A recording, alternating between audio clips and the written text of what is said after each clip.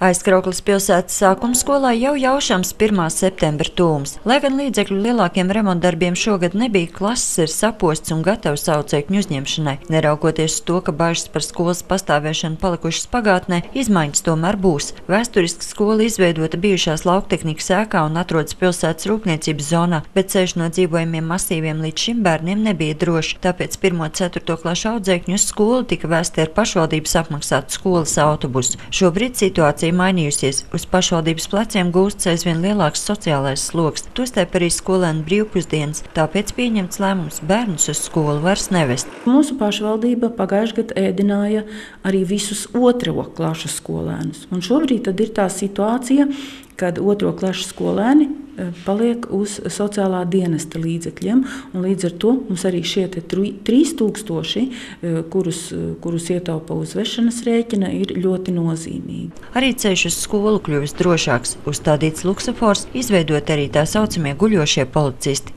Mūsu pilsēta tiešām nav liela, un lielākais attālums ejot kājām varētu būt 20–25 minūtes. Tas ir izejot mūsu pilsētai cauri. Šobrīd visā pilsētas garumā ir sakārtota. Gan ar guļošajiem policistiem pārējām, gan arī ar luksoforu. Un tiešām atnākt līdz mūsu skolai tā vairs nav problēma. Tiesa gan pie labām lietām pierod ātri, tāpēc ne vecāki, ne bērni ar šādu lēmumu nav apmierināti. Kā jūs to vērtējat? Slikti. Citi bērni dzīvo purcēmā, un tur ļoti dārgi viņiem, nevis dārgi, bet ļoti ilgi viņi ies, pusstundu vismaz. Un pirmklasnieki tas ir vecākiem tad jāved ir, un nekas patīkams nav. Grūti, nepatīk. Ko tas nozīmē? Tev būs agrāk vai vēlāk jāceļās? Agrāk būs.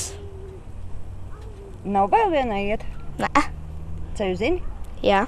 Cerības, ka ekonomiskā situācija uzlabosies un skolēnu autobusu varēs atjaunot, nav zudušas arī pašvaldībai, bet pagaidām mazajiem aizkraukliešiem nāksies pievērsties aktīvākam dzīvesveidam un sevi mierināt ar domu, ka laukos skolas bērniem ar kājām nāksies mērot daudz lielākus attālumus.